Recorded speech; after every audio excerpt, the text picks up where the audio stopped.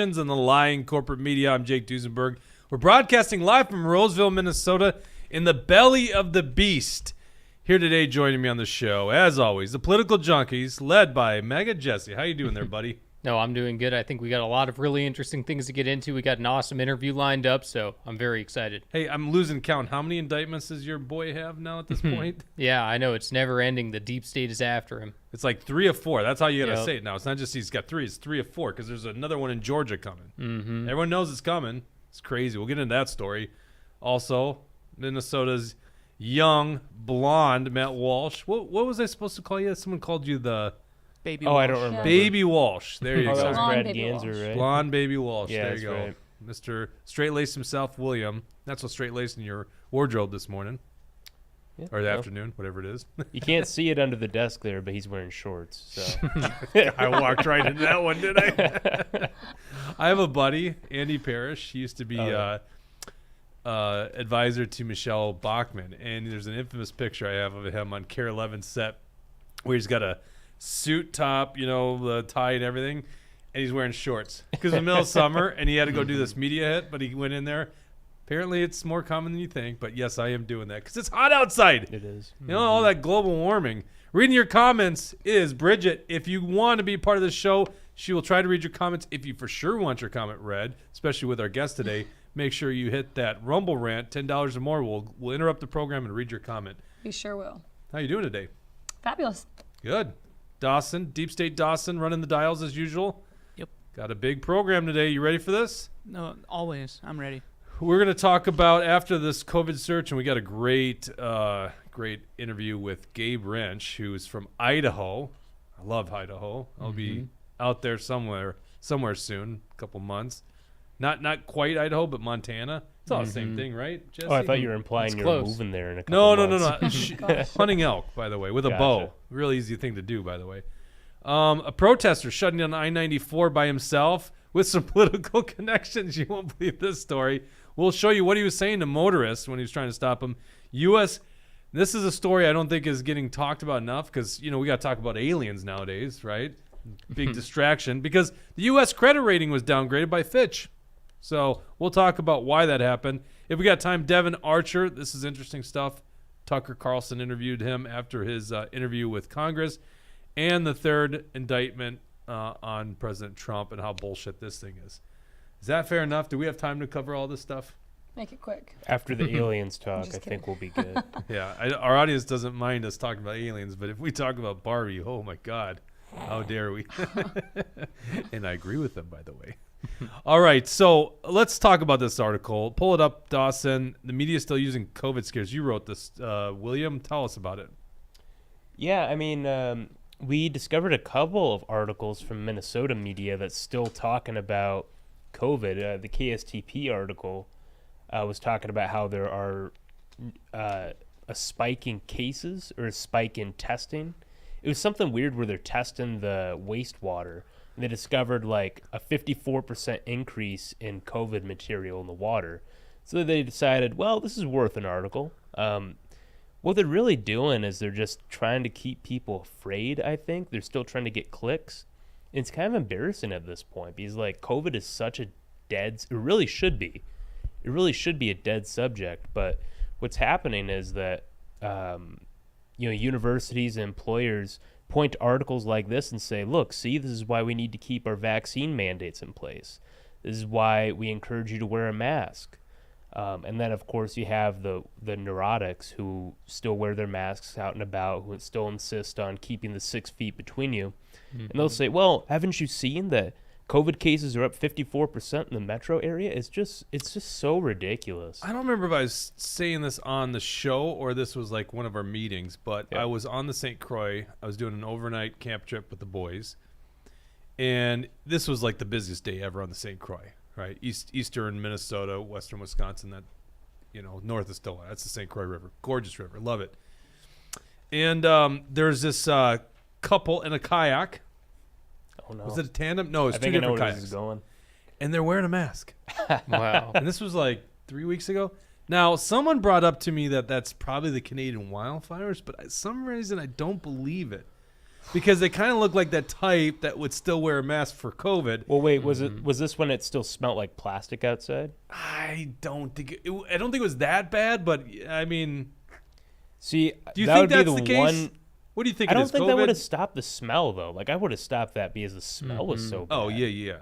I'd wear a mask too if you could stop that smell. It was awful. Yeah. So maybe, but like you're better off with like one of those filtered masks. You know what I'm talking about? Like the Like a N95. You're saying, yeah. Not the or a gas regular mask? surgical Put it on a masks. gas mask. Or a gas mask, right? Yeah, I don't know. I somewhat think they were still afraid of COVID outdoors in the summer on the St. Croix River. But I guess I'll never know because I didn't go talk to them because I don't usually talk to those kind of people. That's a joke. I'll talk to anyone. Honestly, I'd be very interested. But I had a canoeing to do. So, let's go back to that article. You clicked to a story you did, I think it was on Monday, a handful of schools. There's a list of schools that still have vaccine mandates. Now, Jesse joined us here because he was going to law school and they mandated the vaccine and he didn't take it. You actually got out of school, luckily, without having to get the jab.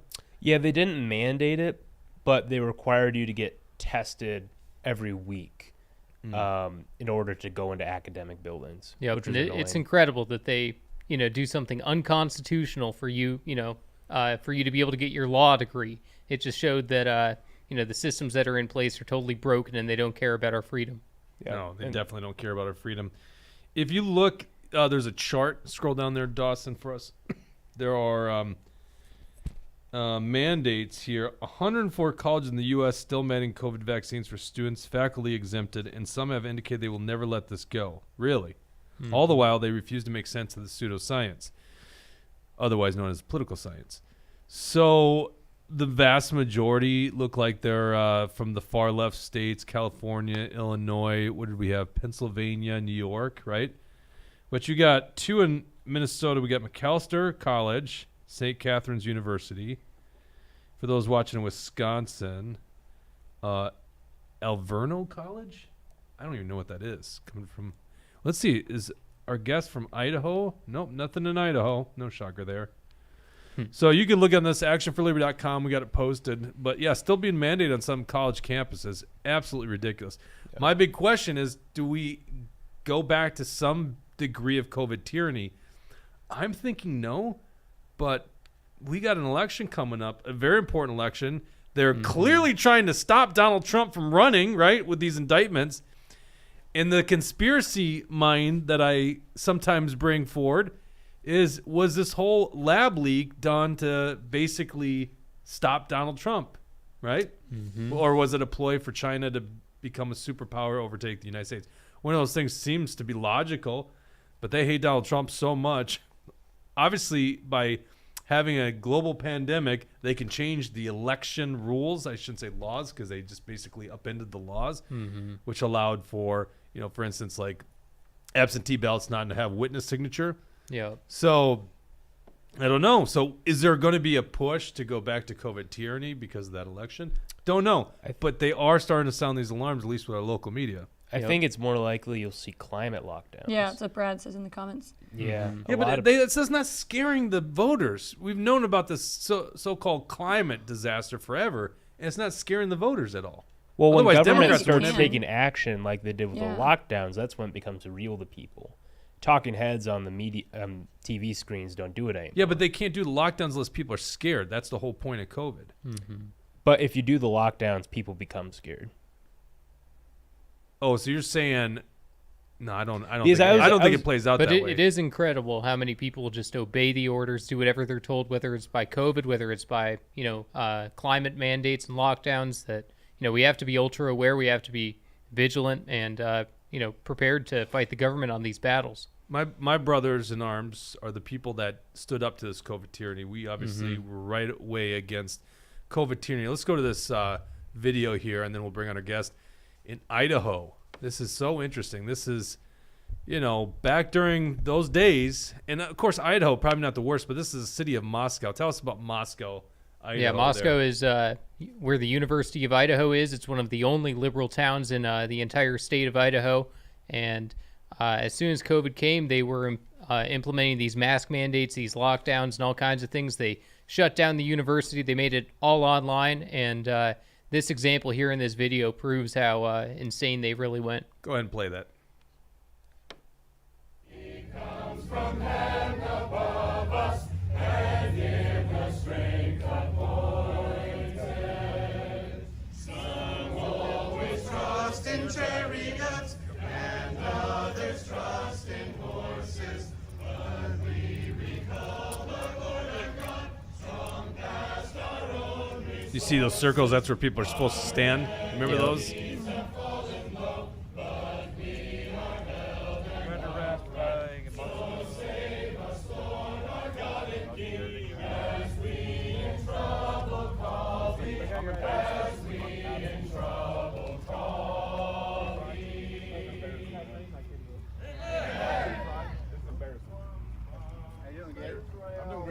I'm doing great. Over this patrol car here.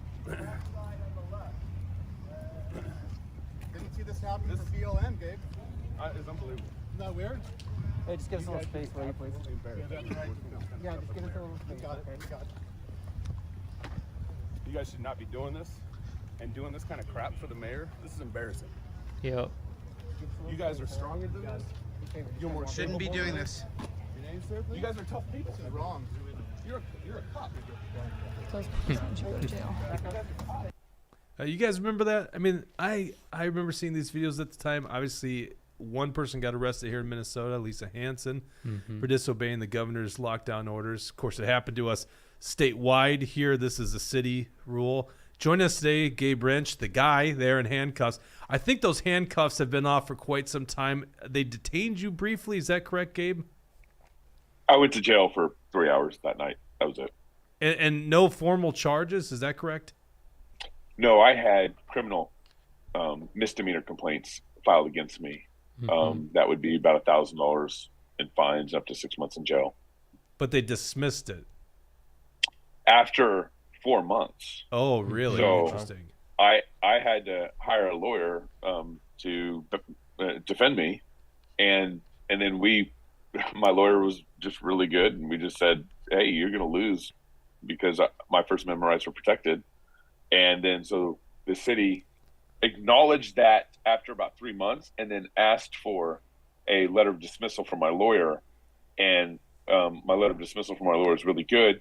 They threw that in the trash, and they wrote their own letter of dismissal. And that's what went public because they wanted to have the last word on all this. Of course. And so so 4 months into it, they dismissed my case, and I got notified on Saturday afternoon. What judge is working on Saturday afternoon? They did that because they didn't want a media cycle off the dismissal. Right. Yep. Yeah. I've never seen a judge work on a Saturday afternoon. No doubt about it. Tell us about that event here. I mean, you guys are doing a service outdoors. I mean, COVID doesn't spread outdoors, really. You know that? You probably knew that from the get-go. Yeah, they apparently didn't know that. My city didn't know it. Yeah. My city didn't know it. No, they knew. So you're protesting having a church service, religious freedom, right? Hello. Yeah. So tell us about that event. Yeah, so, we've been battling our city for about 5 months because our mayor shut down downtown on March 20th or 25th. My dates in 2020. He shut down downtown and ordered businesses to close at the threat of cops enforcing it. And cops were walking downtown with clipboards, and I mean, it was crazy. It was like, Jeez. One of the things that has been exposed in all this is that the Democratic Party really is operating more like a cult, and more like they're the new party of the CCP, control, coercion, and power. And so that's how they had to operate during COVID. So he shut down downtown, but would go 5 miles out of town. Jesse would know this, or he'd know. He'd go 5 miles out of town to Elk Lodge and drink beer and play golf with his buddies. Yeah. Literally the week after, the 2 weeks following he was doing this. And, yeah, and Gabe, I remember back in April of 2020, I know that you were on top of it even back then because there was a mask mandate protest. I can't remember if it was in front of the city hall or if it was in front of the courthouse, but in April you were on top of it. And I remember a couple of old people were talking and saying, there should be speakers, and there were no speakers planned, but you got up on a podium, you started talking, you started letting the people know, what's going on, what the fight is, what people should be doing. And, in that moment, people saw you as the leader, and people saw you as the guy leading this front for our freedom. Yeah, I inadvertently ended up running for county commissioner this year before COVID even happened. I just was running for county commissioner because our county commissioners raised our taxes 4 years in a row, and no one would run against them. And so I was like, I'll do it. And then, weeks later, the COVID shutdown happened after I signed off to run. And then, so I became like this political leader, anti-lockdown leader. And so I led this open up business rally, had hundreds, 300, probably about 300, 200, 300 people from all over northern Idaho, not just my town. People were fed up and were really hungry. It's just to open up business rallies, all it was. And so I ended up, not really planning much to do. And so I ended up speaking for about 10 minutes and praying, and we ended in Jesus' name and prayed over everything. It was great. And so I kind of became this anti-lockdown political candidate on top of kind of our religious differences on what was going on with COVID. And so I had emailed our city council, I had emailed our mayor, I had met with our chief of police, I had met with our sheriff. I mean, I really reached out and tried to get them to back down. Cordial meetings, cordial texts, cordial emails, but they were unreasonable. You couldn't reason with them. They had shut down. Our mayor signed this health order to shut down downtown before one case of COVID was in town in March. Insanity. And then July 2nd, 2020, they voted to extend the portion of the emergency order where if you're outside, you had to stand 6 feet apart or wear a mask, where you could not stand 6 feet apart. That was the presiding order that we end up getting kind of really, really kind of thrown down over. So the way my church would protest is we'd go sing hymns and psalms in downtown, and for like 20 minutes, we wouldn't throw Molotov cocktails, and then we'd leave and go back to our houses and family life. That's all we do. And then September 23rd, 2020 is when we decided, hey, let's, instead of going to downtown, let's go to City Hall, which is where the parking lot, where they had spray painted. When we got there, they had spray painted those polka dots on the parking lot. I was walking over the grass on City Hall and walking out to the parking lot. I'm like, were they like playing, hopscotch or polka dot? Were they playing some sort of? That's what I first thought. And then I realized, I was like, oh, they cleared the parking lot of all the cars. They're trying to stage this whole battle. So they could objectively see that we weren't standing 6 feet apart. And so when we all got there and before we sang, the cops told our pastor saying, hey, if you aren't standing 6 feet apart or wearing a mask, we're going to cite and potentially arrest. And my pastor turns around and relays that to it's mostly people from my church. There's a couple of people that weren't from my church that were there and wanting to sing and support. And so my pastor turns around and tells everybody, hey, the cops told me this, FYI, and no one moved. It's beautiful. Like 200 people just stood right where they were. No one moved. We're like, okay, let's do this. And so they, I'm leaving out some details just to keep the story pacing here, but they walked up to my mom first because they're cowards and they had talked to a woman and but you guys know the COVID rules. Like if the family's standing next to each other, they can't, COVID doesn't pass through family. So we were fine. Right. And then I was next to my buddy Tyler, and I just put my arm around Tyler, and I said, the cop approaches me, and I said, this is my friend Tyler. I just said it. I'm like, hey, let's just do this. This is my friend Tyler. And so the cop asked for my license, and I said, officer, I don't have to give you my driver's license. I'm exercising my First Amendment rights. And of course, as you guys already pointed out, that exercising your First Amendment rights, I'm embodying the First Amendment rights. I'm worshiping, I'm petitioning, I'm free speech, I'm gathering and assembling. Those are all First Amendment right, virtues as we see it. And so I told the officer, I was like, I don't have to give you my license. Your job is to, you swore an oath to protect me against this tyranny. You swore an oath to defend me against the mayor. You're upside down here. And so we went back and forth about 3 or 4 times. And of course, the officer never responded to my point. He just kept asking for my driver's license. He's like a robot. That's all he could do in that time, in that moment. And as you see, the most eerie thing, I'm just watching the video you guys replayed it right now. The most eerie thing is watching the chief of police take my hymn book from me. So they could handcuff me. And if that's like, whatever principles you have to violate as your own oath of office to do something like that, to take the hymn book out of one of your citizens' hands, to handcuff them and arrest them when they're exercising their principal rights. It's eerie. The whole thing was pretty egregious, but that moment was really kind of shocking to me. Yeah, they got to start having that conversation, and that's the problem. We're generally pro law enforcement. We're diagnosing the shooting that happened here on Tuesday. I think we mentioned this on the show Tuesday, but I'm sure we've done it many times. The left and BLM, which is an extension of left, really socialistic, okay? Yeah, right now it seems like they're pushing for anarchy, but don't for a second think that they don't want law enforcement to some degree, right? Oh, because they need people to enforce these terrible, terrible laws. And in Minnesota, we saw this happen also in municipalities. Luckily, a lot of sheriffs, not all of them, but a lot of sheriffs weren't on board with this stuff, right? And didn't enforce it. But, yeah, because we also had a statewide shutdown. When you say this happened in September, in Minnesota, we had COVID basically disappear, for lack of better terms, late summer. And then it reared its ugly head in November. They said it was because of funerals and weddings. And then we went into a second illegal shutdown, lockdown.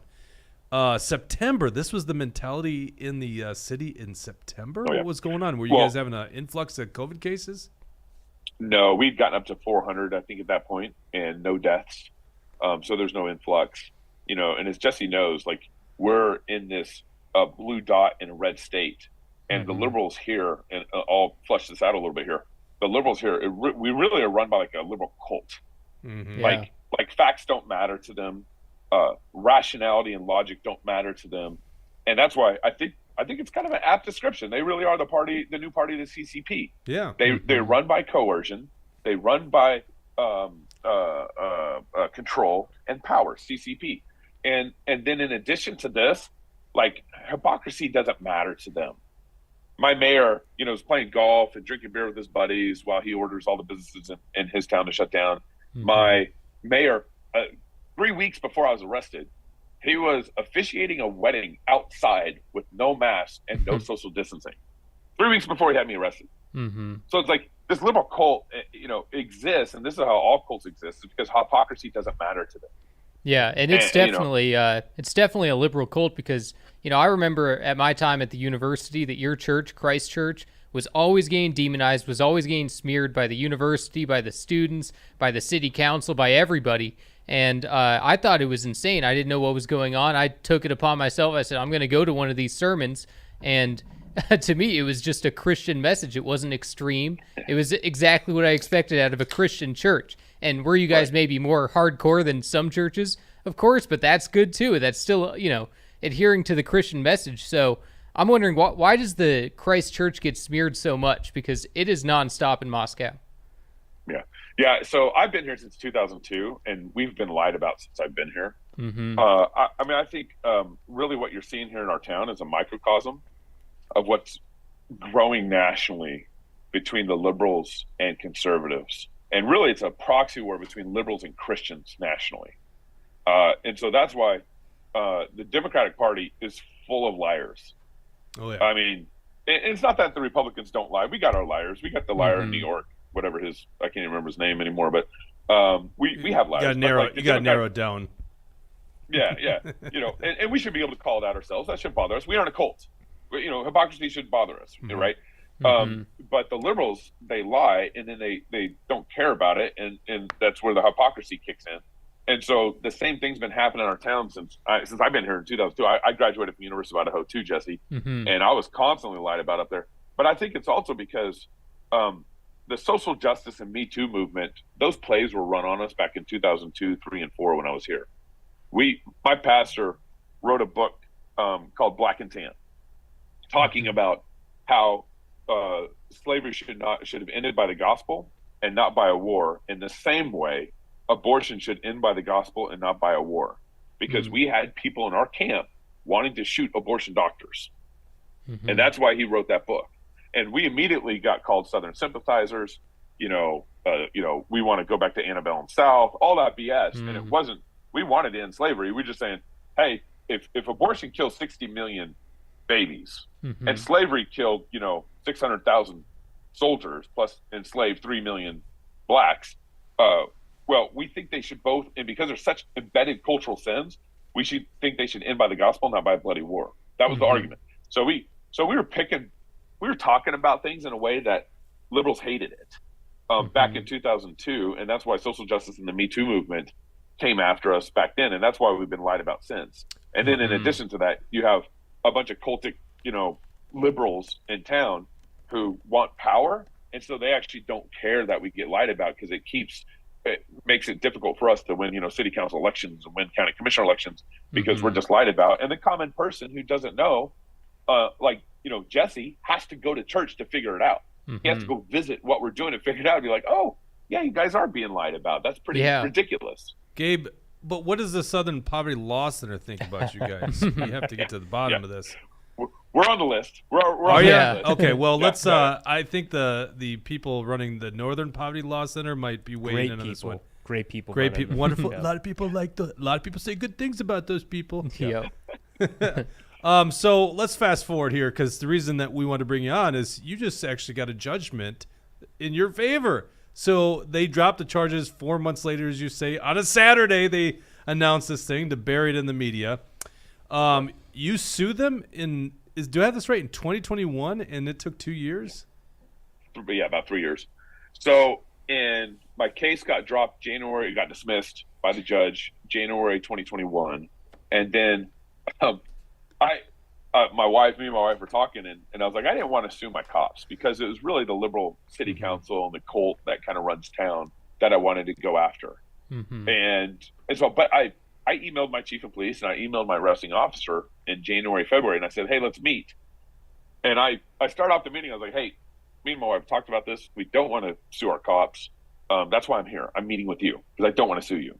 And I want to know why you did what you did and how your oath and the Constitution plays into this. My chief of police, so I was just trying to have an honest dialogue. My chief of police, the meeting wasn't reassuring at all. I think he was being holding his cards to his chest because he didn't want to be sued and didn't want to contribute to whatever he might say might be used against him. Yep. That's what it felt like to me. Yep. Which is, understandable. Is what it is. I mean, and disappointing because I was actually trying to have an honest dialogue. I was trying not to sue him. So I left that meeting and called my wife and I was like, well, hey, I think we need to sue our chief of police. I don't think he's really learned anything here. And then I met with my arresting officer and it's more egregious. My arresting officer said if I was there, I would do it all over again. Really? I was like, what? It was incredible. All the officers who were involved in the arrest have left the police force or retired, except for my chief of police. No kidding. And like early retirements? Oh, within months of my arrest. Now you see generally the profession having a lot of people leave, and that's basically how they're being treated, BLM, all that kind of stuff. Obviously, most of Idaho doesn't fall prey to that, but could that possibly be also because in Moscow with college they had to deal with that bullshit, or do you think it's something else? Yes. Well, and here's what's crazy about the whole BLM stuff. The BLM stuff came through our town, and so I host a show called Cross Politic. You can see it on my hat here, crosspolitic.com. I'm going to be checking that out. It's a Jesus is Lord over politics kind of show. It's like we love talking politics and we love talking about why Jesus is Lord over it all. My co-host is a black man and, is married to a black woman and has 7 kids.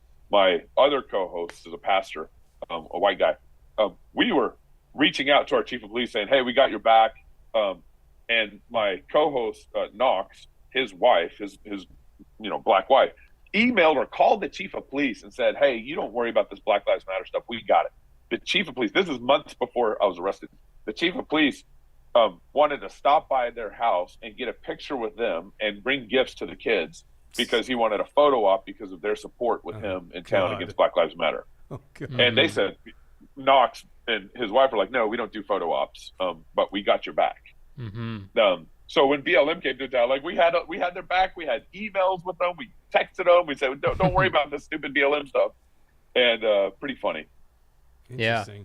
Yeah, right. And I think, during your arrest, I think you looked like a badass. And, you had a just cause. You stood your ground. You defended freedom. You were against the mandates. And, everyone thought you handled it perfectly. Even President Trump was giving you credit and letting people know what was going on there. And so I'm sure you maybe knew, but did you know in that moment that it was going to go as viral as it did? You know, first off, when we walked up to start singing, we had been doing that for 6 months, or some level of protest for 6 months. Mm-hmm. And and even then, they had never cited anybody or arrested anybody in town at all. But the reason why things boiled over that night is because we kept poking the bear. You can't do this. You can't do this. And nicely poking the bear. Every month we had sing psalms in public and do it again. And so, but we got to the point where we had maxed out their patience, I guess, with us. And so I never thought, I still didn't think I was going to get arrested that night, but that's what obviously ended up happening, was their patience was over, and they ordered the cops to arrest us. And so when I mean, you never think these things are going to go viral. You think what happens is pretty egregious in the moment. Mm-hmm. You know, I remember getting taken to the cop car. My pastor came over and just started rebuking the officers, like, you're violating your oath. This isn't right. This is not righteousness. Mm-hmm. And then my brother walked up. He was late. He's always late to everything. And so he walked up as I'm getting into the car. Wow. But he gets in and he says, "This is bullshit, officer. You guys are in the wrong." And just start like, my brother started rebuking him, and it was just a fantastic moment. But I remember on the way to the station, the jail, I'm rebuking the officer. I was like, I might as well get my money's worth. And I just start rebuking the officer, you know, in the back of the car. Mm-hmm. And then, of course, you get out that night, and what happened 3 hours later, I get out that night. My wife, I was supposed to on the way home. So the 5 o'clock was in the protest, right after work. Mm-hmm. On the way home, after the protest, it's 15 minutes of singing. So 5:15, 5:20, you leave. And then on the way home, I was going to stop by Safeway to get some things for dinner. Well, I didn't come home that night. My pastor called and let my wife know what happened. You know, it hadn't gone viral yet. And so my wife calls and leaves a voicemail on my phone. I wish I would have saved this voicemail. It's frustrating I didn't. She left a voicemail and said, "Hey, you don't have to worry about stopping by Safeway on the way home, and you're probably living your best life in jail right now." Wow. Oh, she's a keeper. She was fantastic. Yeah, she was fantastic.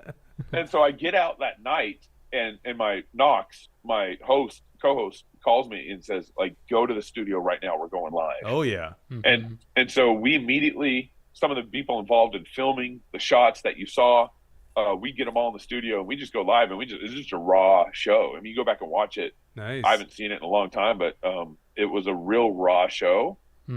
Because like, this is 6 months boiling over of protesting and unconstitutional mandates from our mayor and city council. And so it was a real raw show, and that went viral. It went all over the place. And then next day, I was literally on news outlets from like 6 a.m. till 8:30 that night, and ended up on Laura Ingraham. The last show I went on was Laura Ingraham that night. And then like a week later, or within days, I can't remember all the dates, but within a week, I guess, President Trump retweeted my arrest. So it was just like viral moments after moments, because I had people all over the world emailing me. I'll never forget this one email I got from this pastor. I can't even remember where he's at. He's a missionary. And he said, "I thought that arrest happened in Moscow, Russia. And then when I found out it was from Moscow, Idaho, I never would have imagined seeing this happen in America." Right.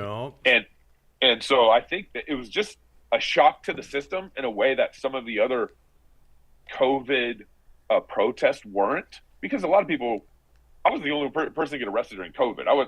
There's a lot of people doing protests and doing good things, but I think it's just kind of the nature of the event: men, women, children, hymn books, singing, and then you hear Amazing Grace in the background. The other couple with me getting arrested, I mean, the optics were just so bad for the cops. Plus, a lot of cops, there's no way they're going to win. A lot of cops don't want to arrest someone like that. It's a ridiculous thing. Yeah, because they're usually on board with us. They think this stuff's ridiculous. One of the cops in depositions was crying the whole deposition almost. Why? Because she hated that moment and hated the fact that she's put in that position to arrest us. People have to have this come to Jesus moment and say, that's right. Who am I serving here? And they're serving these awful, very just terrible scumbag politicians, which are basically avoiding the Constitution and God-given rights. And so you got to have that come to Jesus moment and say, I'm not following this. I'm not going to be a good Nazi here. I'm going to disobey that unlawful order and side with the people. And that's what Yeah. what I expect all law enforcement to do. That's one of the reasons sheriffs are so great, or can be so great, is because they're actually elected by the people, unlike police chiefs. We're running short on time. So, Gabe, you end up suing them, and you just got a settlement. Is that right? Like, this was within a month, right? Tell us about that. Yeah. So I Thomas More Society backed my case. Yep. And they were great. They were fantastic from the jump. I mean, you live in a small town. There's not much money here. I mean, people aren't poor here by any stretch, but there's not tons of money here. So Thomas More coming in and backing me was super helpful, because it allowed me not only to win my criminal case that was against me, but go through this 3-year battle. I had to battle my city for 3 years in federal courts about this. And I finally won in July. I got a settlement, a total of $300,000. $150,000 goes to Thomas More, and then $50,000 goes to each defendant, Rachel Bonet and Sean Bonet, and then me. And so we each got $50,000 each. But what's crazy is the government wrongs you, the government pays damages, and then you turn around and have to pay taxes out of that money. Right. It's insane. I didn't know that. I didn't know this until like 2 weeks ago. Yeah. And so we finally won. Imagine fighting your city, fighting your cops and fighting your mayor for 3 years to protect your own First Amendment rights that they should be guarding in the first place. It's pretty egregious and was pretty frustrating. And I mean, we had to go through depositions and all this stuff. And even in negotiations, the city violated court orders in negotiations. The judge, you guys should read the judge's order. It was fantastic. He just said this city is incompetent, and obviously their leadership didn't know what they're doing, kind of stuff. It was really good. But he orders the city into negotiations with me, and with me and Rachel and Sean. And the judge said to the city, you need to have full authority present to be able to sign and agree to terms in the meeting. And the city violated those orders and didn't have the full authority in the meeting, in the first initial meeting, to agree to terms. And so we had to come back to a second round of negotiations. So the city constantly was like playing politics and trying not to take responsibility, and constantly, and the court, if I would have violated the judge's order, I would have gotten so much flack from the judge, and it would have been really bad. But the city does it, and the judge is like, yeah, let's just meet again and everything. So, but yeah, we won. We got $300,000 as a 1983 claim and lawsuit. And so we were grateful, for the victory. And the city here, as Jesse probably reads the comments and knows what's going on in the city, the liberals here still want me out of town. They want me to take my money and leave. They want me, they still think I'm wrong. They still think I was selfish. They still think, it doesn't matter even if a federal judge gives you a victory, the liberal cult here in town, it's not going to change their minds about what it means to be a good neighbor and what it means to be a true city who can kind of get along despite maybe some of our political ideologies. Well, Gabe, you sound like a true patriot. I think we got to talk to you more often. We'll start this whole Idaho, Minnesota thing, because you speak like us, talk like us, think like us. Congratulations on that victory. We got to have him back on the program again. Yeah, Thank you. Absolutely, yeah. And people should check out your YouTube channel. You were talking about Cross Politic. I saw you guys just interviewed the QAnon shaman, so you guys are doing some cool things. Yes, that guy is fascinating. Watching that Michael Knowles interview. Yeah. Now I'm going to go check yours out. I'm very fascinated. I want to interview this dude. Was shockingly surprised how you would lead. I never believed that guy was violent, but certainly that was led to believe he was just an idiot. And I'm like, this guy's not an idiot. Yeah. Now, maybe I don't believe everything the guy believes, but he's not an idiot. So, all right. Yeah. What's the channel? Cross Politic Studios, or crosspolitic.com is our website, and you can get to all of that. Are you on Rumble too, or are you just on YouTube? So we're on Rumble, we're on YouTube as they allow us. We've been suspended about 3-4 times in the last 7 months, 8 months from YouTube. Yeah, we just got kicked off Vimeo yesterday. He's our kind of Vimeo people. Vimeo just canceled us, and all our content on Vimeo was private label content that only distributed to our club members and supporters.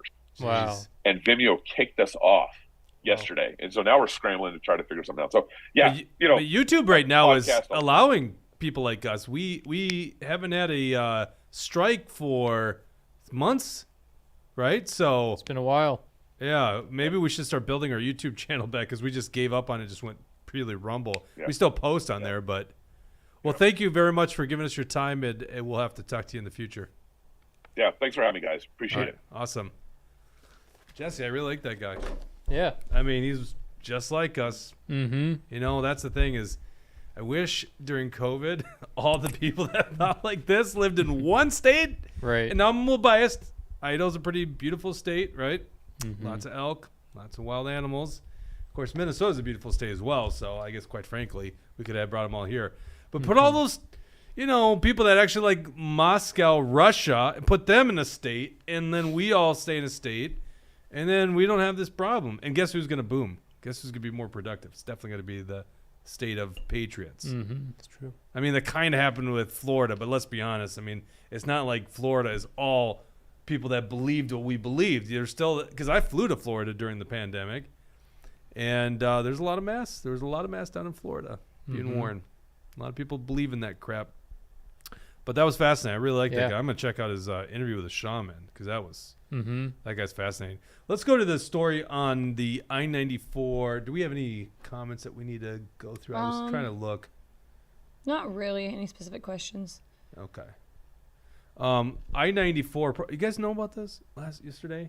Right where Wait, why Ricky did Cobb- based Minnesota flip us off?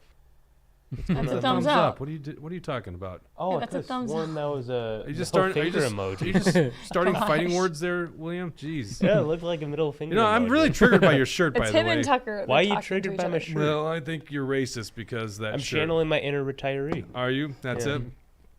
it. I think they abandoned that idea of the what is it, Boogaloo? Boogaloo. What's it? Boogaloo. Boogaloo? Mm-hmm. Yeah, so stupid. You remember the one where they're like, "This is racist right here," and now someone's gonna screen capture that. Oh, we got him! Yeah. So dumb. Protesters on I-94. This is a gentleman. His name is Jonathan Mason. This is one of those things where it's like the movie Old School, where Will Ferrell goes streaking, and he's like, "Come on, we're going streaking! Come on, everybody!" And no one joins him, right? So he's running around town naked, and his wife finds him in the car. You guys seen the movie? This guy apparently wanted people to join him. Luckily, and we were worried about this, and we still don't know, is this going to boil into new BLM rights? I don't know. It's not looking like it, at least at this point. But this numbnuts decided, I'm going to go stop traffic on I-94. If you're not from Minnesota, this is cars going usually about 60, 70 miles an hour. There he is. You can see him under the bridge, stopping traffic. Mm-hmm. He eventually gets arrested by State Patrol. That would have been fascinating, for basically protesting State Patrol. Now, this guy went Facebook Live, and so you got to see this. This is so fast. He's calling people racist. He's calling them pussies because they won't get out of their car. Watch what this gentleman says as he walks out on the I-94. If you tune in, this is Jonathan Mason, Minneapolis, Minnesota. Another black man has been murdered by the hands of police, so we waited. I followed all the laws and procedures. We waited. We waited and seen the murder took place like we knew it happened. Who gonna stand? Who gonna stand? The body right there, the blood's still on the ground. Fist up! Fist up! Who gonna stand? Ain't nobody in Minneapolis right now, in the city right now on this. Wake your scary ass up. I'm on that today. I'm on that today. Yeah. I want all the smoke from whoever, however. Put it out there like that. Tell your big homie Mason down at the scene, he said he want justice, and he's saying ain't no big homies out there with him. You supposed to be my big homie, but we at home. Yeah, tell him that. Pull up. Now let's fast forward this to, I think it's about 39 seconds ish, and then he's actually in traffic. I can't imagine doing this, playing frog in the middle of traffic on I-94. I mean, it just takes one guy not to see you. Go ahead, play that. Yeah, on my mama, I'm on that right now. Shut it down. Stop. Is he We saying? better shut it Is he down. trying to say internet? Is that We like the better shut it slang, down. the Ricky term, Cobb the second. cool term? Just Ricky calling it Cobb the net. second. What are you saying, Ricky Jake? Cobb the second. Just pause it real quick. Is he saying I'm on net? Isn't that what I he's have saying? no idea what he's saying. Honestly. It sounds like that's what he's saying. He's saying I'm on that right now, which Oh, I would gotcha. assume is like a. Damn it, Bridget! I just realized you still don't have earphones. I can actually usually hear Okay, you everything from can. All right. Dawson's. Yeah, it's so loud. All right, yeah, sorry. I have to blast my ears out for you guys to hear Gotcha. it Okay, normally. keep going. I'm on that. Yeah. I'm on that. Okay, I hear it I'm on now. that right now. Shut it down. We back shutting it Look at down. this. This Looks is like crazy. he had some We back people there shutting with it him. down. Ricky Cobb the second. Only Ricky guy. Cobb the second. Ricky Cobb the There's some second. people on the side of the Who road gonna there. run me? Yeah, but I don't think they joined. No, they didn't join. Ricky Cobb the second. Ricky Cobb the second. Ricky Cobb the second. I need a couple more soldiers out here. Needs some more soldiers. So that fist up. Not a great leader. No one's Black following. folks gonna be out here to save us. I got Minnesota. I'm the grandfather of Minnesota. Fist up. Fist up. Don't hit me. That's it. You stop. You're done. You're done. Get his license plate. I think his shirt is on backwards. I think That's what you're paying attention that's to? a tag right there. No, I think it's just Is sweat. that Is that cool? Is Chris Cross coming to make it a comeback here? I don't know. Watch him stop his car. What, you gonna hit me? What, you gonna hit me? Call. Oh, hit me. Hit me. Hit me. That's what we on.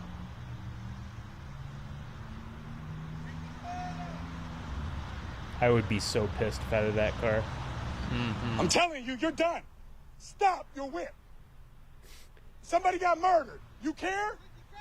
Murdered. Ricky Cobb. Say his name. I want you to say his name. Say his name. Say his name. Ricky Cobb. Say his name. Say it. He said it? Go ahead. Go ahead. This is what we on. All right, cut it. Yeah, so he just does this, and that semi-honks at him. Let's go to some comments. What do people think about this crazy man? The Napkinator says total cringe. Tucker says say it, don't spray it. And Base Minnesota says dude has 2 brain cells that are fighting each other for survival. I read Tucker's last comment. I can't What did help he say? laughing. Oh, The okay. vroom bump bump. Well, see, that's the difference between Basically, it's vroom, vroom, vroom. right. That's the difference between Gabe and this guy. Like, this guy's impeding traffic. He's prohibiting people from.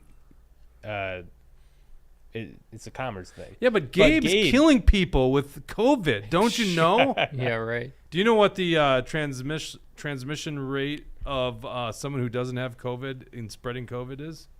0. Yeah, it's 0. In case people didn't know that, 0%. Big fat 0. Outdoors, do you know what the transmission rate of someone with COVID spreading to another person? It's approaching 0. But yes, fair point. And here's the other thing: what if someone swerves? Not Tucker's kind of swerve, or the Maryland swerve. Was it Maryland? We'll call it the Maryland swerve. Did I get that? Yeah, Maryland, MD. Not a Maryland swerve, but they swerve because they're trying to avoid them, and someone doesn't know that's coming. Knock someone out. You have a constitutional right to block traffic. No. I mean, rights end where you're harming another individual. Right, exactly. Which is where the consistency is on abortion. I don't know why people get that one wrong. You don't have a right to harm another individual, right? You have a right to do anything. You can harm yourself. I believe you can harm yourself. You have every right to take that COVID vaccine and suffer from myocarditis. You have every right to do that, right? But the left doesn't believe that. You have no rights. The rights come from us. That's literally the big split between the right and left these days is rights come from us, the government, and we're giving it to you. You're on a leash. We can haul those back anytime, where the right believes you have God-given rights. The Constitution protects those God-given rights. And we played this video when MSNBC was basically clowning people who believe that theory, which is in our founding documents. So what else we got up here? Bad at hearing. I'm surprised there aren't any horns. There were. We just didn't play it long enough. That dude spread more COVID than the bat soup in Wuhan, says Tucker. That's pretty funny. Yeah. We don't have a Noble rant yet today, do we? Nope. We got to bring it. We're not bringing our talent. Here's a story you probably haven't heard anywhere else. Oh, before I forget. So this gentleman's got a political connection. Apparently he was the campaign manager for Royce White, the Republican candidate. Oh, that's the funny part about this story. Yeah. That guy out there? Apparently, yes. Yeah, that's pretty nuts. That's pretty nuts. That's Because so weird. Do you think he's actually a Republican, or do you think he just likes Royce White? That's typical Republican behavior that you see there, Like, right? Yeah, you right. see that, but otherwise, is he like, yeah, tax cuts, pro-life? Yeah, that would be funny if he was, only on the left for BLM Right. and everything else on the right. Yeah, no, Right. I think we should do some digging into this guy, see what he, But think see about what's this. really going on. Think about this. If somebody is murdered, let's say a Gabe Rench, I don't want to say that. I shouldn't say that because then, I feel like if you believe in He's like jinxing, 5 minutes off the air. I know, I feel like jinxing. But let's say someone like that is unjustly murdered by law enforcement. What do we do? Mm-hmm. Right? We What don't do we do stop now? traffic. I don't think you stop traffic because it's Yeah. not any good to harm other potential people, right? That's a really bad idea. And Right, put it's yourself. not the people in traffic's fault. It's Right. not their fault. It's the system. What's the Well, climate what do you change? do? You do something. You heighten your protest if someone's unjustifiably murdered. Yeah. Right. Well, people just hate your cause if you make their lives inconvenienced, like Correct. the climate change protests. Right. Like you're not convincing anybody by stopping traffic. Go to the governor's mansion. Make the politicians feel the pain. Yeah. That's right. Exactly. That's exactly Figurative what pain. you do. Figurative pain. Figurative pain. Yeah, we do Had to need to preface specify that. Yeah. Peacefully cause them pain. Yeah. March over to the governor's mansion and peacefully cause them pain. Third indictment. This is so crazy. This third indictment against Trump. It's like essentially the way I look at this, Jesse. I don't know if how much. Of course, you've gone into this. It looks like they have to prove that Donald Trump didn't actually believe he lost the election. Yeah. And that's the thing. You can't take that away from Trump. He obviously believes what he says. He wouldn't be making the claim if he didn't think that the election was stolen from him. So because obviously if he didn't believe it, he wouldn't be pushing anything like this. It would be the a biggest bad fraudster on the planet. If he biggest did. fraudster. Yeah. He'd be just trying to capitalize on something, and it would remove all credibility. But the fact is that the more we dig into the election, the more questions we have. And so, if they're going to have to prove that Donald Trump doesn't actually believe the election was stolen, then case closed. It's over because Donald Trump believes it, and he really did nothing wrong. And I think it was the deep state that was stopping Donald Trump. The Secret Service was stopping Trump from speaking at the Capitol. If Trump was speaking on those Capitol steps on January 6th, I don't think we would have seen the invasion of the Capitol. You call it an invasion? Is that what you call it?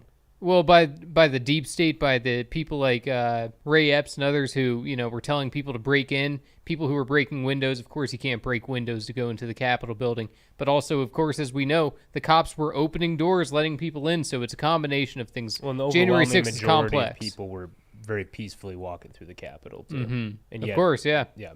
I love that video or photo where it shows like this grandma and a couple other people, and they're walking right through the what do you call those The ropes. the rope section, Yeah. and they're following the rules. Yeah. Oh my God, so crazy. All right, let's go to this next story. U.S. credit downgraded. Oh, I'm sorry. Let's go talk about aliens first. Let's not talk about the U.S. credit rating drop. Is that fine? Let's ignore these important we stories. got to talk about Barbie first. Future and then we can financial. go to Yeah, Barbie. aliens. There you go. Another case. Let's just dedicate the rest of the show to Barbie because that's what matters. I'm good. That's not good enough. We're not going to strike enough. Cue the We have outrage to in talk the about the comments. aliens some more Yeah. because aliens are real. Don't you know? This is not the same week as the alien story came out. This is actually when Trump's indictment came out. But Fitch, which is one of the few prestigious credit rating agencies, you got Moody's, S&P, Fitch. Fitch downgrades the rating from AAA status down to 2A. This is 2A plus, I believe. This is not Gary Swindler. What's the guy's name? We'll find out. Play this clip of the gentleman from Fitch talking about it. Fitch, as you know, downgrading U.S. long-term credit to AA plus from AAA follows their rating watch negative call back in May and is the second downgrade ever by a major agency after S&P back in 2011. Joining us first this morning on CNBC, the man behind that call, Fitch Ratings co-head of the America's Sovereigns, Richard Francis. Richard, great to have you with us. Thanks for the time. All right, thank you.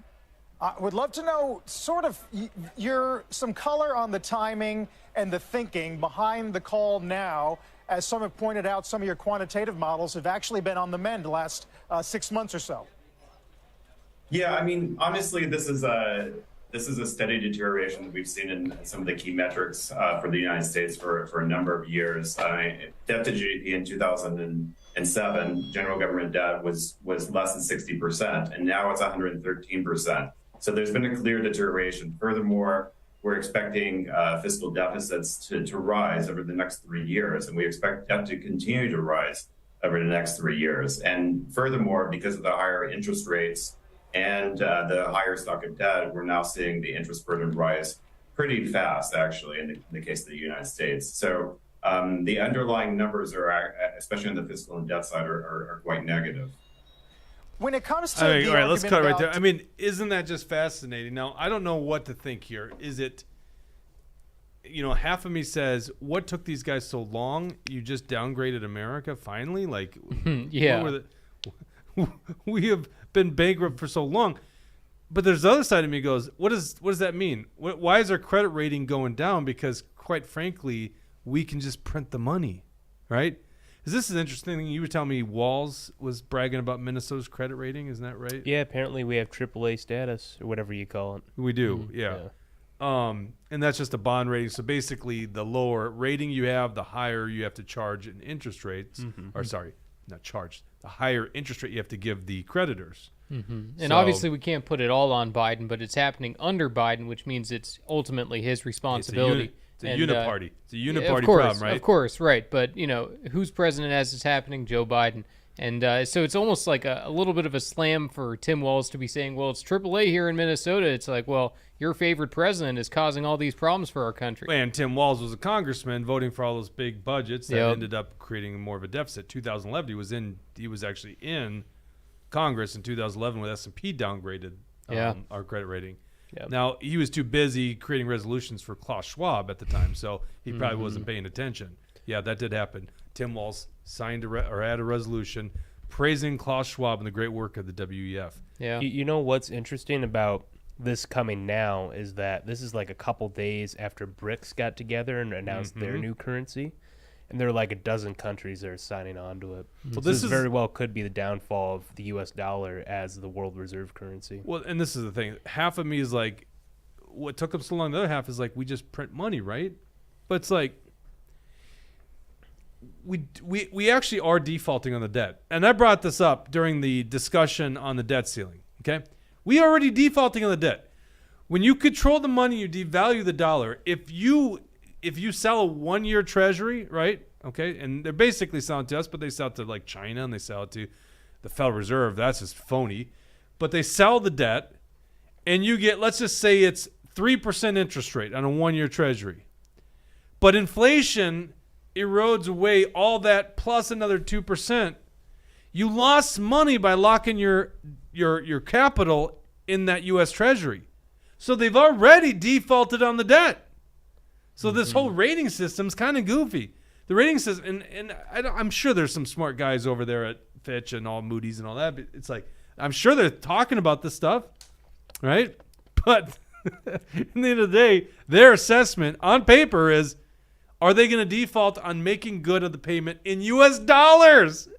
And I don't know if they're ever going to do that. And that's why we are completely screwed financially in the United States, is because the only thing we can do to solve our problems down the road, especially as interest rates go up, is keep printing money. And when you keep printing money, you technically aren't defaulting on the debt. You're paying them back with dollar bills, but those dollar bills are useless, right? It's a bad bet. Of course, the best bet right now is a 2-month treasury. You're getting like 5% for 2 months, which is, well, you don't get 5% annualized for 2 months. It's a great rate of return.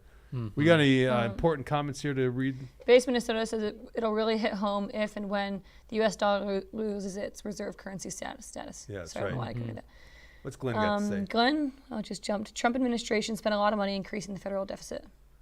Yeah, and that's true. Glenn's making a great point. It's not. It's a uniparty. Trump, and we've faulted Trump many times on this. This is actually one of the ones where Jesse doesn't actually defend Trump. Trump. He's always got the only 4D thing that chess. on the 4D chess, Trump said that because of the China virus, he is going to cancel all of the debt that we owe to China. So that's going to be a great start. He's going to have a lot more things to do, but. When we look at trade deals and things like that, we haven't had a president in the modern era that ever, was putting America first in those trade deals. So How does that I think work? we're going to see some improvements if Trump gets in there. That's a bet of mine. I feel like we're jinxed this program. We haven't had a single Rumble rant, so we're gonna stop reading comments until we get a Rumble rant on there. I feel like we'll be totally jinxed. What was your comment now, William? How do you cancel the debt? Do you just say you're not paying it? Yeah. Right. Yeah, you would know. You know who you're making those payments to, right? So you say. Well, what does that do to our financial relationship with China? Well, I mean, it would blows be, it up. That's a it'd good be, thing. It'd be But really that's- 'cause complex, it's and it's theft. going to start the negotiations. There's going to be, a massive trade deal that's going to accomplish a lot of this stuff. But it first starts just by coming to the table saying, F you, we're not paying you back. And it takes that kind of attitude, because if you just kind of go in soft, then we're never going to get out of this entanglement with China. We're too dependent on them. America needs to start producing things at home, and we need things to be American-made, and the only way to do that is by starting to cut at the debt that China has with us. Well, and this is the dangerous part about it. Okay, so why do we have a trade deficit, right? There's no such thing as a trade deficit. I don't people don't talk this way, right? There's no such thing as a trade deficit. Why would anyone sell more goods and not get anything in exchange? It doesn't make sense. Really what a trade deficit is, instead of them giving us a certain amount of goods and we give them the same value in goods back, we give them some goods back and the rest are in dollars. And what do they do with those dollars? And they invest them into our U.S. debt, right? Because what else are they going to do with U.S. dollars? It's China. Yeah. They got to convert those dollars. So eventually they got to either convert those dollars into goods and services, mostly goods, or you got to buy treasuries or some kind of investment tool. Actually, it's kind of scary. They do buy like companies in America and buy stocks as well. And land. But they got and land, and they got to do something with that money, right? Otherwise, why would they sell so much? So if you basically say we're not going to pay China back, well then we got a problem, because whatever we're depending on them in selling us goods, that goes away. So they got us on that one, right? But we got a real problem, because there's really no such thing as a private company in China. They're all owned by the communist Chinese government, right? So, yeah, very goofy thing. But once again, I've said this before on the show. Most of our debt's not owned by China. People think that's like the majority of the debt. It's not owned by China. I think China owns like $1 trillion or something like that. Is it a plurality of the debt, or is it? No, it's not even close to plurality. Who owns the most? Let's look it up. China owns the most. No, the most of foreign holders. Right. Yeah, that's what I mean. Yeah, but that's Coca-Cola's up there too, right? Like I know there's the vast majority of our debt, and we'll have to see if I'm wrong on this. Will you just Google Dawson to see who owns U.S. debt? There must be a chart out there. I think maybe the Fed now owns the most, but I still think it's U.S. creditors. So basically, imagine you own a mutual fund. You might own any of your retirement portfolios. Probably indirectly invest in U.S. treasuries, okay? Insurance companies, insurance products, investing in U.S. treasuries. Because supposedly Japan owns the most. Was Japan surpass China? What's it say here? Who owns U.S. national debt? Can we click on that top one? What is the balance? I don't know. Looks legit. Okay, so what's that? I can't read the screen Yeah, I can't read that. Okay, so intragovernmental holdings is a little. Okay, so that's not what I wanted to look at. Do we have a breakdown of the? There we go. Is that a breakdown of the public debt? There we go. This is what we want to see. Can you zoom in on that? Okay, yeah, and I think I was right. Fed and government accounts, big portion of it. Then foreign is the yellow there. So foreign is the orange. Okay, so China or Japan own the majority or the largest chunk of that. Yeah, see blue above that's mutual funds. So you can see the orange represents probably a third, right? And then you got depository institutions, states and local governments, pension funds, insurance companies, U.S. savings bonds, other. Okay, so the vast majority of the debt is not owned by foreign entities. And of those foreign entities, if they just did China, it's a small sliver. And by small sliver here, I'm talking about like probably $1 trillion. So like really large amount, but just relatively not the largest. Yeah, that makes sense. Yeah, no, I'm with you on that. It's just, we have to start somewhere, and China's the most obvious, competitor and adversary to us that, we don't need to be so dependent on. We don't need to, be indebted to them, especially after what they did to us with the China virus, especially when they're trying to throw Trump out of office and, imposing the lockdowns at all is because of China. And it's time for China to pay. It's partially China's fault. It's partially our own fault, too, though, by funding the NIH. Mm-hmm. Looks like our Gabe curse has ended, so let's read the... Well, we have a $5 rumble rant. You said a $10 one. But I had to call it a curse of somebody, and Gabe's the only anomaly here. I really like that guy. Oh, gosh. Yeah, he's awesome. Yeah. Gabe? How well do you know him? Oh, yeah, no, I mean, fairly well. I just had seen him at, different events. We were both obviously on the same page as COVID was going on. And so I was going to different, debates and things that he was holding. So, yeah, no, as soon as I was, seeing what was going on with COVID, you got to find some of your people to get along with and, stand together with. So he was he was the leader of it. I thought we were cursed. I mean, he was the only anomaly on the show, and also no rumble rant. So what does Tucker got to say? He says Sequoia Capital has donated $2 million. Oops, it just jumped now. $2 million to DeSantis' super PAC. Wait, hold on one second. Is he handling this like Twitter? Is a rumble rant?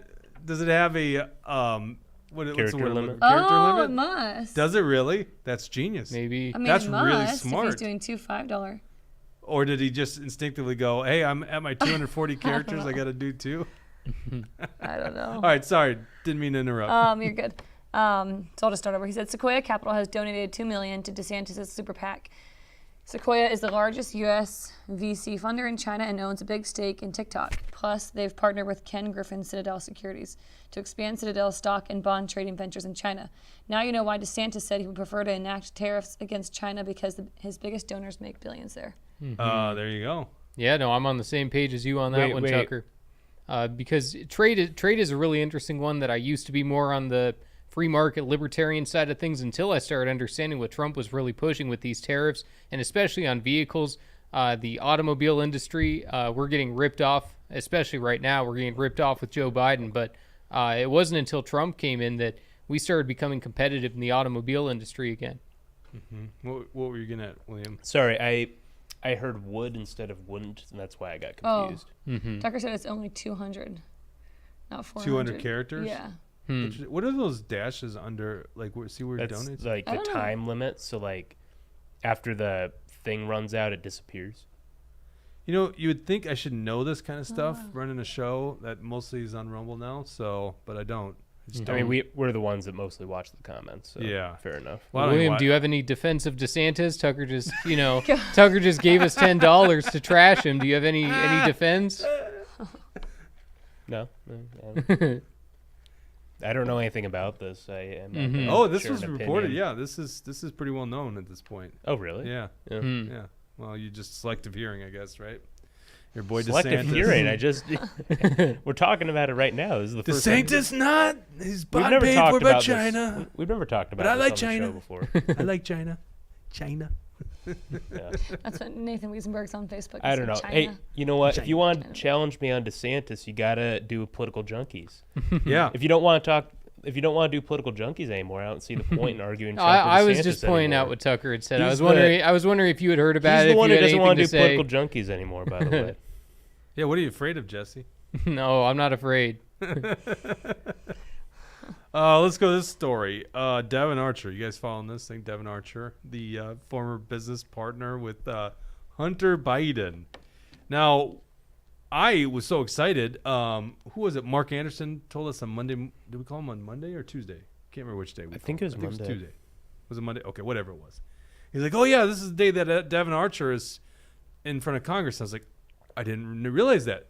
And the reason I didn't realize it is because it was behind closed doors, right? So we won't know. I guess we don't know what that testimony is. We've seen the leaks. Obviously, they talk about it, Comer and all that stuff. But Tucker Carlson on his show, if you will, on Twitter. Do they call it a show? I don't know if it's a show. But whatever he's doing on Twitter, Tucker Carlson interviews him. Highly recommend you go watch it. It's kind of... It doesn't get interesting to the very end.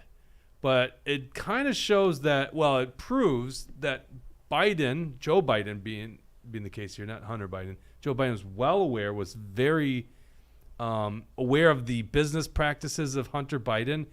And he just talked openly, and quite frankly, I don't even know the laws here, but just openly how Hunter Biden was selling his influence.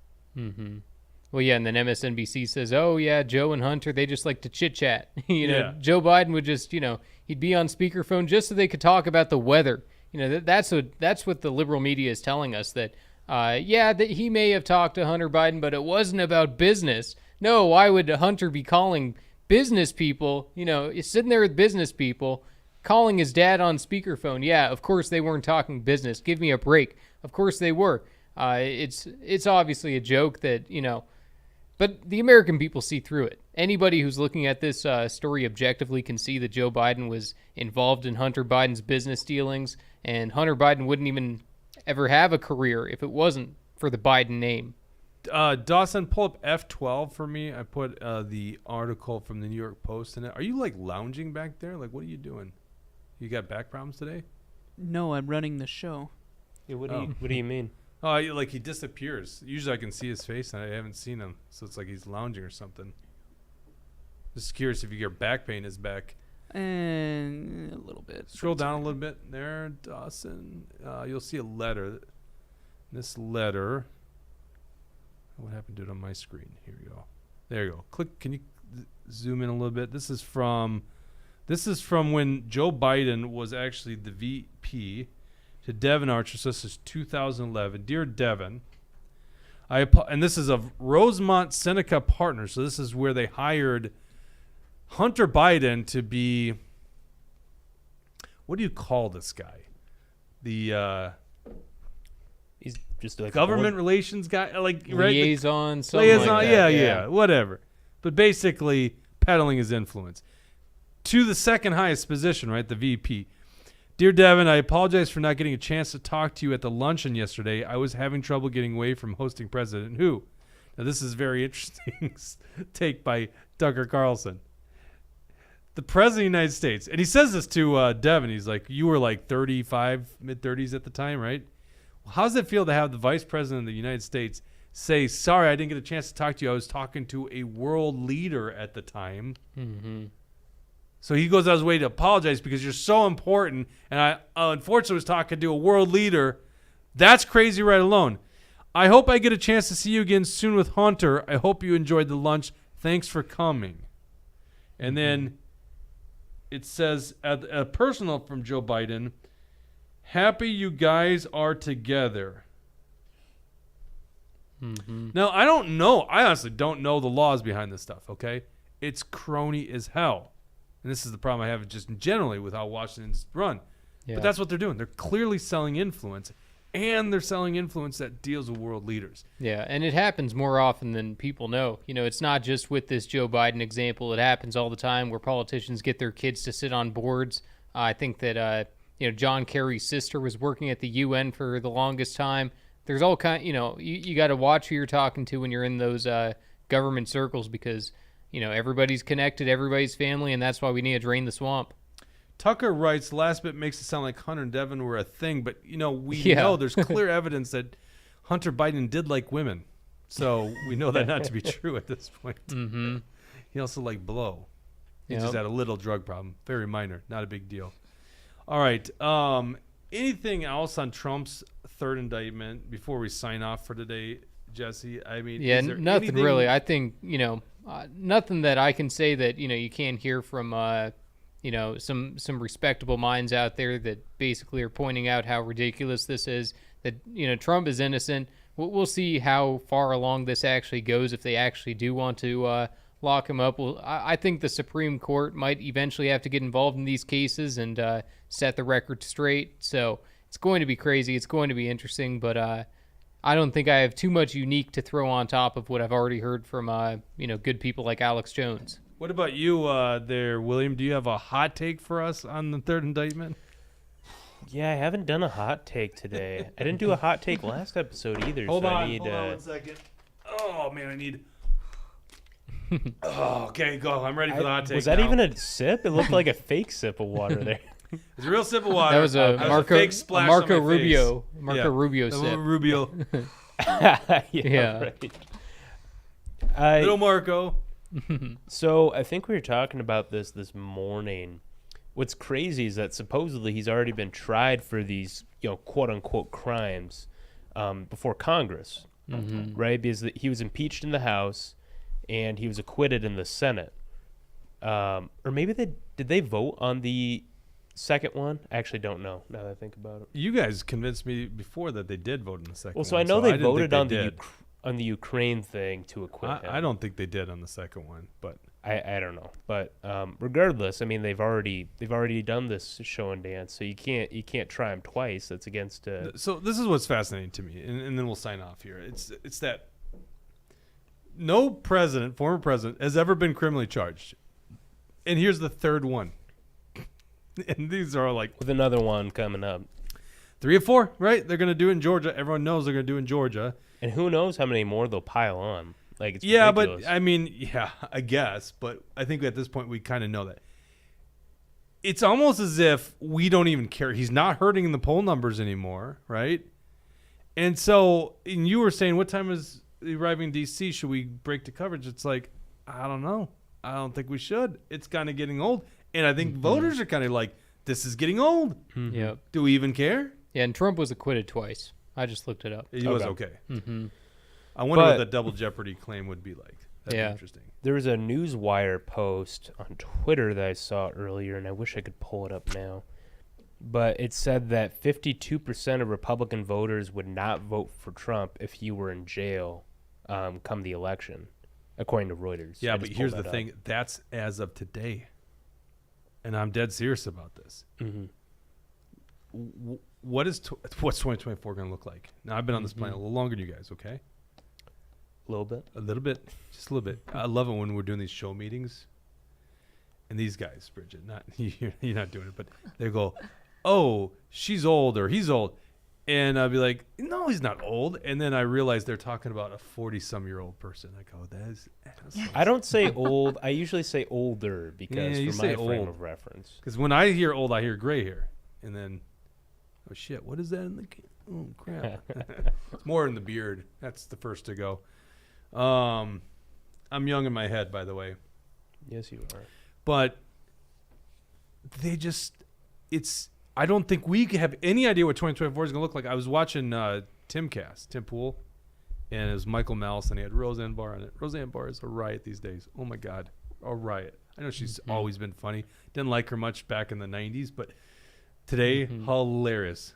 Basically, full on Q, which is kind of cute. And she's like that old grandma that's like, just getting on the internet and reading these crazy conspiracies. Yeah. But she makes a bet with Michael Malice, $1,000, that there's not a presidential election in 2024, and he takes the bet. And then that there's another bet about military tribunals. But no joke, at this stage right now, as we say it, we don't know, but Trump might not he might be the nominee of the Republican Party, but not on ballots in major states. That's not, to me, that's not a presidential election, right? We have no idea right now what 2024 is going to be like. Oh, so are you saying that in some states he might be prohibited from being on the ballot? Which states do you know? No idea. Because I've heard someone talk about that, but I thought that was like unconstitutional to prohibit someone from running. Oh, what do you? Everything that's going against him right now is so unprecedented. True. This whole third case against him, Stern indictment, it's like it's free speech. The president has an opinion. He thinks the election was stolen. What are we doing here, right? The best case that I've seen against Donald Trump, in my opinion, is number 2. The second indictment is the classified. And I forgot to update this. So we kind of covered a story not really anyone in the mainstream media talked about. They all thought there was a smoking gun, and that smoking gun was the audio of this Iranian attack document. And it wasn't part of the charges. We broke that to you guys, right? Now that got added. So that apparently they found the document, and now they're charging him with that document too in the same classified thing. Let's go to some comments here before we sign off. They found the document after they took them all, right? It's such a scam. It's just like, oh, we found these ballots underneath these tables. I wonder how they got here. And what a weird one to prosecute too, right? Like that one just seems to be the toughest case for him. But here's the other thing: the toughest case. So first case, ridiculous. The FEC didn't find any violation occurred. They had to create a law to basically get Donald Trump, and they made it into a business. Yeah, Trump sues Stormy Daniels. Trump wins. Now Trump goes to prison. What? It makes no sense. Okay, so that one seems ridiculous, but that's in Manhattan, right? Number 2, maybe the best case against him, still very unprecedented because Can the president keep these documents, right? But I think there's a fish here. I see two sides on that one. But where's he being tried? In Florida with a Trump-appointed judge. So probably the closest to a jury of his peers. This third case, which is absolutely ridiculous, in the D.C. court. Yeah. And with a judge that's prosecuted J6. Not good justice there. Is that the same judge that used to work at the same law firm that employed Hunter Biden? Did you see about that? Yep. Yeah. Is it? An Obama appointee, too. Mm-hmm. Well, yeah, God, no, it's the full story just gets circle. deeper. And also, it's one of those things that why are they choosing these judges with no credibility? It's, it makes it easy for us Republicans and Trump people because we can just say, Doesn't it look, get these randomly people have no signed, though? credibility. I thought it got randomly signed. I don't know how it goes. I don't believe that for a second. They can claim that. It ain't random.